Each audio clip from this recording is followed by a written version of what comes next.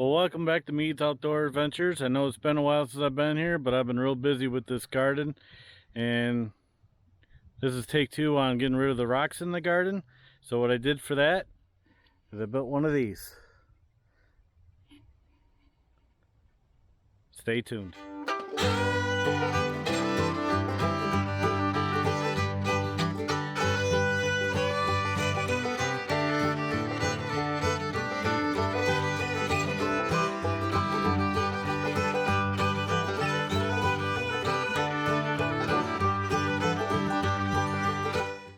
Alright, so I'll give you a close up of what I did with this.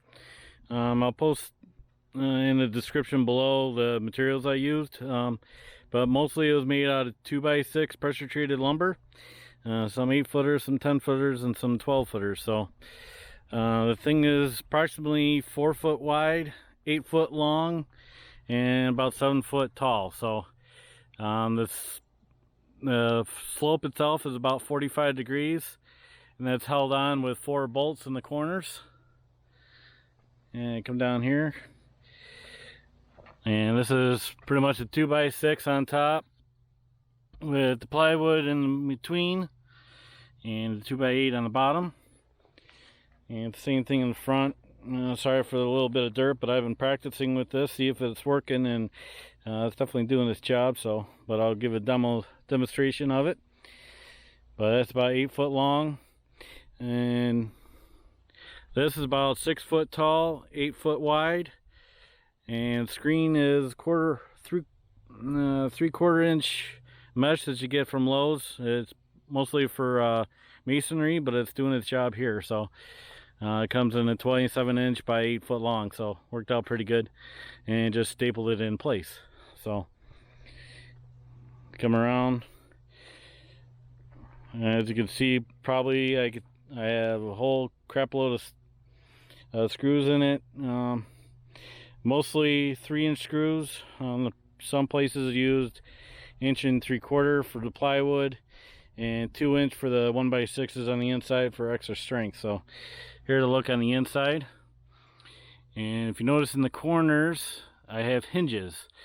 So this whole thing, when I'm done with it, I can take the 4 bolts off, I can take the top off, and then I can fold up the sides, and I can store it easily during the winter time or when I'm done with it. So should work out pretty well. And if you notice, I have a 2x2 bar right here, and that's for my bucket. My bucket can get right in there, and I'll pick this whole thing up and move it wherever I have to move it to. So that works out pretty good. But as you can see by this pile here, this is what it's been sifting out, and this is, I mean, as good as you're going to get for soil. So, and you can see it's nicely fine grained, very nice stuff. So hopefully get a big enough pile. And what I've been trying to do is use the box blade to scrape off the top layer, probably like 2, 3, 4 inches, I don't know yet. I could dig the china and I'll still have rocks in here, so I don't want to go too deep, too crazy, but I want to get at least a nice topsoil on surface of it, so next year when I use the tiller, I'm not going to be just chopping up some rocks. So, but I'll give a demonstration of me using the box blade to get it all packed up into a corner, and then I'll pick it up with the bucket. Excuse me. And we'll put it through its paces, and I'll show you how it works. So let's get this tractor fired up, and we'll give you a demonstration.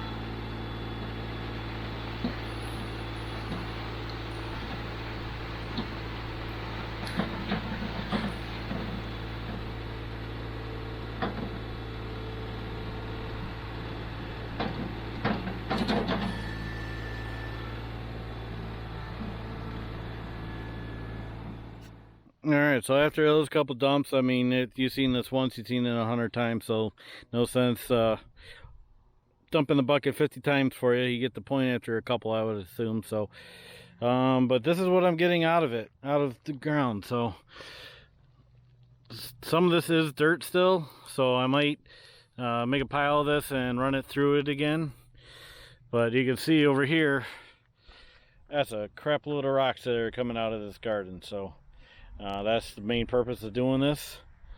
So I'm hoping, I mean, if you look closely at all this that I've been scraping, there's still rocks all over the place. So like I said, if I dig the china, I'm still gonna have rocks in here. So I'm just trying to get a nice layer on it. And so yeah, and for all those wondering, yes, those are car ramps. Yes, I built this thing a little too high. It does work without the ramps, but I don't get a full bucket down, so it just takes forever to empty the bucket. So just take it slow, make sure I'm square on the ramps, and it works wonders. So that's the only one big con to this whole thing. I'm real impressed of how it works. All I did was watch YouTube videos of how other people did it and got some dimensions and said, you know what, I'm going to try this myself. So for everybody wondering, yes, I got the prawn and tooth bar on, and if I'm not careful, this thing will dig into the ground. So it is doing its job. So I am very impressed with that. And the other piece of material I'm using is this I think it's called Catawba box blade. For those that watch my cluttered garage on Monday nights, you might have known that I won this from, and I finally got it, and I'm finally using it. So, and so far I love it. I'll zoom in on the website here and the phone number if anybody's interested in purchasing one of these. I do recommend it. I could not find it on their website, so I don't know how much it's going to be yet, but if you're looking for a box blade, this is out of North Carolina, all US made, and I'm real impressed with it. So very similar to the King Cutter I had, but I don't need two box blades, so I just got rid of the King Cutter. I mean, I might as well keep the new one, right? So but yeah, other than that, oh, and the other negative thing to this is now that the dirt is nice and dry, the tractor's just getting a little dirty, but nothing a little air pressure can't take care of. So if you like this video, please hit that like button. If you want to see more of this garden, hit that subscribe button. I know I don't make videos that often. I'm going to try to make them more often now. Like I said, I've been real busy with this garden, getting it planted, getting it watered. I had a few rodents that wanted to get in here, so I built a fence around it, and I'm starting to get harvest. So I'll go over to my plants real quick and at the end of this video and show you how update on the garden. So any questions on the build of how I made it, just shoot me a remark in the bottom and I'll get back to you as soon as I can. So hopefully you enjoyed this video, and we'll catch you on the next one on Mead's Outdoor Adventures. Take care. Alright, so we're gonna come over here. This is the progress. This is my yellow squash that's growing in, and you see I'm starting to get yellow squashes, so I'm very happy with that. These plants are doing real well. It took a long time because every time they popped up, deer or some animal was taking care of them for me, so I was really upset. But now that I got the fence up and the animals haven't been in here, they're doing real well. So that's all my squash plants that are coming up nicely. And we'll walk over here. You can see this is one of my pumpkin plants. Nothing sprouted yet, but hopefully soon, because October is coming and I'd like to have a couple pumpkins for Halloween. But I'll show you my cream of the crop just for myself and for anyone enjoying this video. This is my big pumpkin plant, so I'm hoping to get some real nice pumpkins out of that one.